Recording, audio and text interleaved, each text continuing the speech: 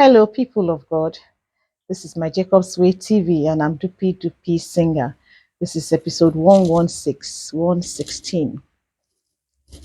I promised that I will tell you some of my experiences with the Lord on my journey to Ibadan. I remember one day I got to the park and there was no bus on ground in Lagos. This was the Lagos end, and it was drizzling. And they asked me to wait. There was no shelter, so I waited in the rain. It wasn't such a heavy rain, but it was enough drizzle to wet me and all the people that were waiting. And in the process, passing buses, commercial buses, who were not careful enough, splashed water on me. By the time the bus that would take me to Lagos, to Ibadan came, and I could enter into the bus and settle down, I was wet and I was dirty because the dirty water in the market had splashed on me. And I sat down there sulking. I sulked for a long distance. For a while, tears flowed down my face. Warm tears from my eyes. It had some warmth. It was cold. And after a while, I said to the Lord, I've been crying and I've been uncomfortable since I entered the bus. And he had not said anything. And the Lord asked me, actually, why are you complaining? What is wrong with you? I said, my mother had prayed to you before she recalled her to glory to give me a befitting car with maintenance, a driver with maintenance. And she prayed it as if her life depended on that prayer because she thought I was coming from a fairly comfortable background. And for me to now be going on public transport, she didn't like it a bit. And you heard my mother's prayers often, but you never heard that one. And I inherited that prayer point from her. And I have been praying that, saying that prayer since, and you have not answered me. And the Lord said, I said, but you saw how the buses splashed water on me, dirty water in of the market on me, as if I were a market woman. And the Lord said, that's where I'm waiting for you to come out from. He said to me, tell me, what is the difference between you and the market woman? I said, He said, yes, just tell me what the difference is. If you know the Lord well, I tried to start to put words together. But I knew that I was talking to the person that I could not defeat. We know what the Lord told Job. He said, why are you talking as if you don't have any wisdom? I just knew I was going to be put in a corner. He said, what is the difference between you and the market woman? He said, it is your pride that I wanted to treat. He said, I knew that this was going to happen to you. And I was waiting for your reaction. And you just reacted to type. He said, listen, my daughter, I am the God of all flesh. As I am the God of the privileged, I am the God of the downtrodden. I'm the God of everyone. It is their lot to be in the market, these women. If I didn't allow them to be the ones in the market, where will you find your food to buy? So I just want to treat your pride. If you are where you are, it is not your right. It is a privilege that I have given to you, and I don't think you should hold it as if it is your certificate to get everything done. So that it's not a certificate with which you can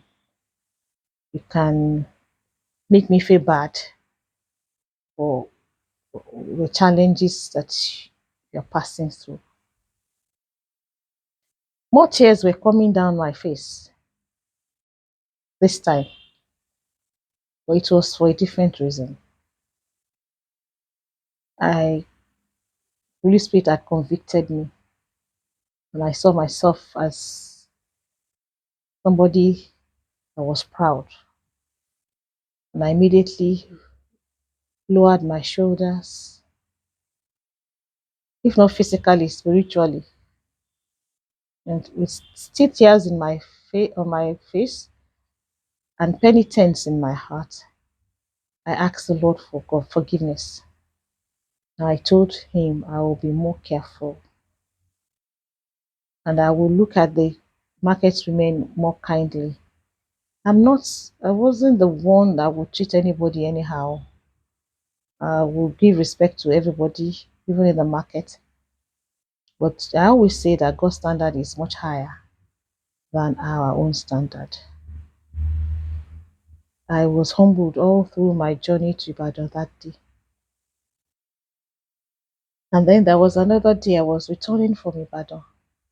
So before this story, I had always pleaded with the Lord that I didn't want to climb the motorcycle. On our own side of the world, there are some terrains that you have to climb the motorbike to reach.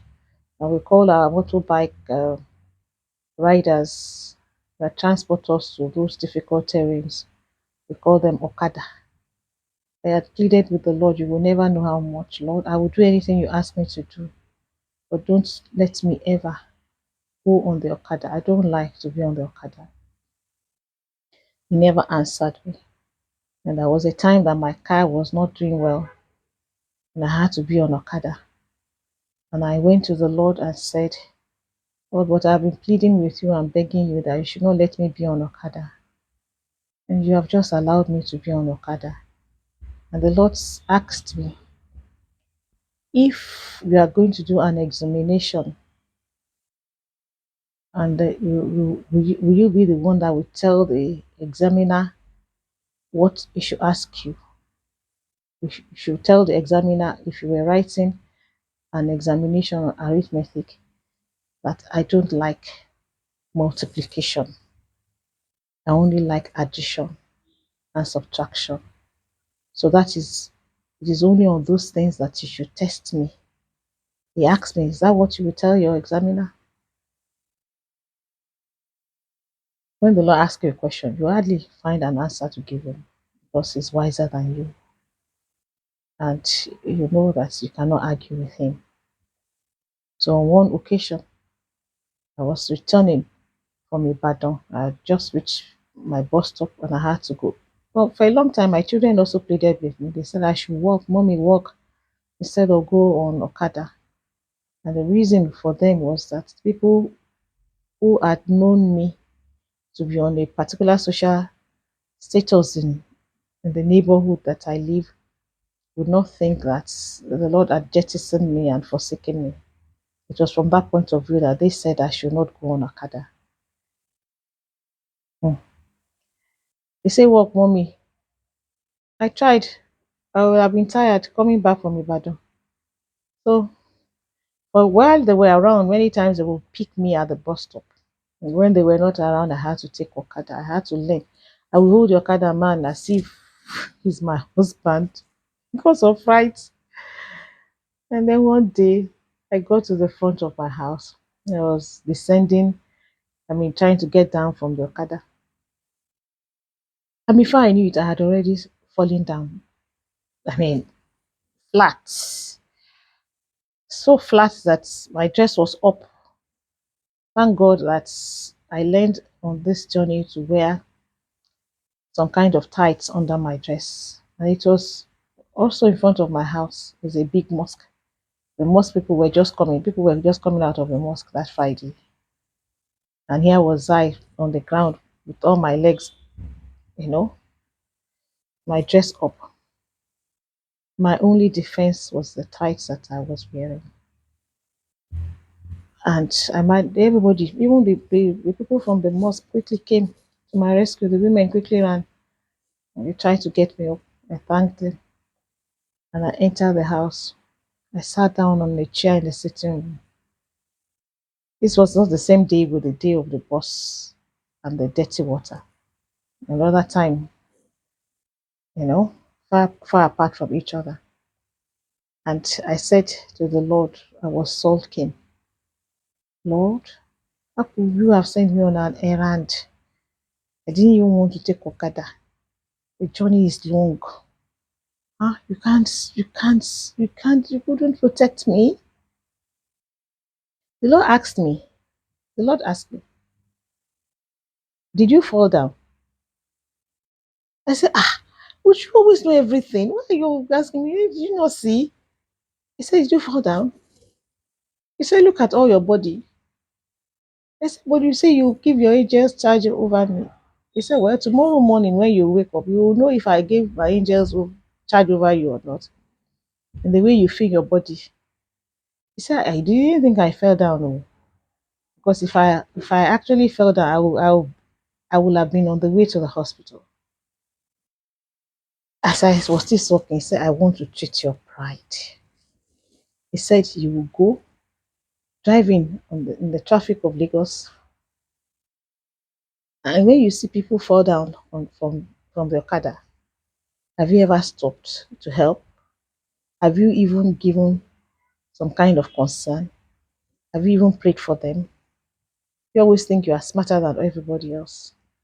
I just wanted to let you know that you're not smarter than anybody else.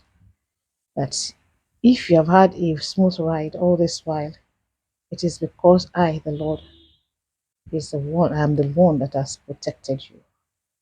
I wanted to bring that lesson home to you. Again, tears were coming down. Meanwhile, I sent messages to my children. They were still in the university that time. Say, see what happened. I fell down. And they were all sending messages. Oh, mommy, how are you? Oh, mommy.